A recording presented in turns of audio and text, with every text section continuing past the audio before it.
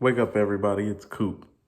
I'd like to welcome you to the first edition of Too Black for BET, where I tell stories about my run-ins and encounters with the stars. I'm actually going to start off with my man on the wall and the story of how I first met him. Make sure you click like and subscribe to the page at Coop is Problematic, Mirror Music 99. Y'all know A2HH, according to Hip Hop Live, is the hub. Show some love. So look, so I'm in middle school at Alexander Graham Middle in Charlotte. Now, Alexander Graham Middle is on the south side of town. And this is a Biggie story that y'all need to wait to the end to actually hear what it is that I saw that day as a young, I think might have been, I was 14. I might have been 14, or was I about to be 14? I think I was about to be 14. So I'm still 13. And so in Charlotte, there used to be this thing called Springfest and Summerfest, where it would just be kind of everybody would be uptown. There would be events and there would be artists, there would be performances. It was all types of stuff that was going on. Now, I had two friends in middle school, Lucky Coop, you know what I mean? I had two female friends. Their names were Sonia and Sharon. Sharon and I are still close to this day. Shout out to Sharon and her husband and the Bryant family right quick. It's West Side Charlotte stuff and Vietnam stuff right there. Shout out to 71st, Mr. Bryant School. But Sonia and Sharon were like my everything. I moved from Atlanta and they pretty much showed me around, befriended me and stuff. And so I get to school one day and Sonia's like, nigga, we are skipping school today to go to Springfest. And I'm like, yes. Because, well, two people were going to be there. Not just the man on the wall, Biggie Smalls, but Big L was going to be there too. At the time, MVP had just came out. I was a big fan of MVP, big fan of Big L. And so when Sonia's like, we're skipping school, I'm like, oh, hell yeah. I'm totally down. We're getting our whole plot and our whole plan together about how we're going to get away and slide over to Myers Park campus. That was the high school. And how we're going to get on the city bus and So we go roll up on Sharon. We're like, hey, Sharon, we're skipping school. And I had reached out to Sharon about this to make sure. I was like, and she was like, oh, hell no.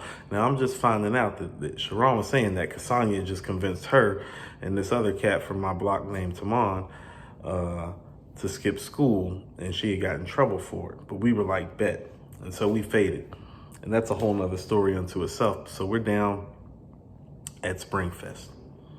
Here we are. Big L and Biggie, y'all. This is Big L and Biggie. They are literally sitting in tents right next to each other. And so we've been walking through and we've been there for about an hour. Sonia sees me.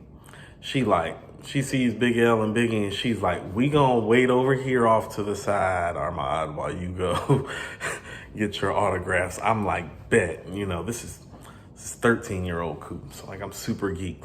Now at the time, and a lot of people will not admit this or say this, but Big L in a lot of circles and to a lot of heads was a better lyricist than Biggie. And this is around the time when I was really, really heavy on lyrics. I'm heavy into my Wu-Tang. I'm heavy into the Illmatic. I'm listening to Pac's early stuff. I'm listening to Big too. But L is L is closer to what you would call a traditional Big Daddy Kane, Rakim type of lyricist than Biggie is. What Biggie's doing hasn't totally come to full fruition yet. And so I get in line to see Big L first. I get in the line. I'm in line for about maybe 10, 15 minutes. Boom. Get the autograph from Big L.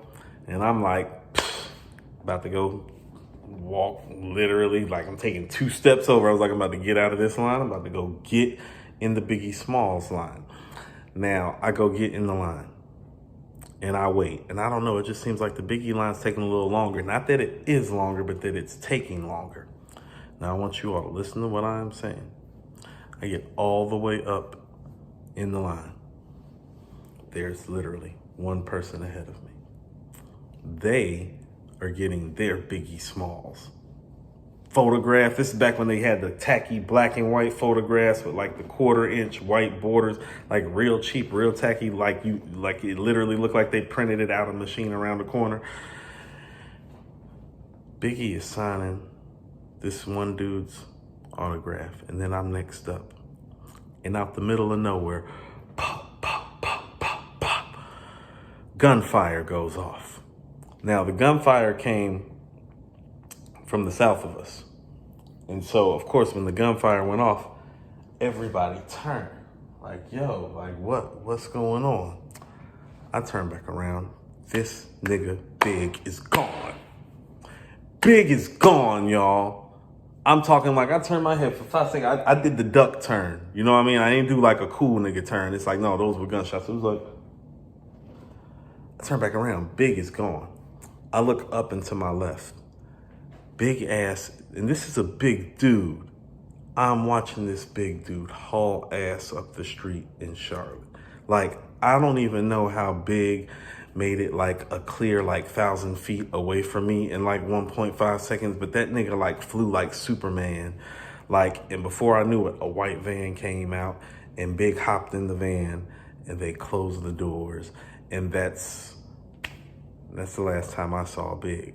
And the only time I really saw Big actually, but I was literally one person and a few gunshots by a fool away from meeting Big. But it even reminds me that they had shit set up a certain way even back then, because, oh, they had the van set up around the corner. It's like even where they had, I realized later on when I was older, that even where they had L and Big situated, I think their camps had them situated so they could get out on the block and peel out if they needed to.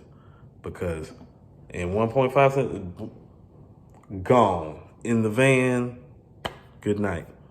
And that is the first story of Coop's Too Black for BET. I do not know what happened to that Big L autograph. I am super pissed. And who would have thought that, you know, both of them would meet untimely demises as well. But shout out to the legends, Big L, Biggie Smalls. Biggie Smalls is fast when the pressure is on, y'all. He's great at all things, apparently. Y'all take care. Click like and subscribe to the page. I got more great, fascinating, intricate, and interesting stories coming soon.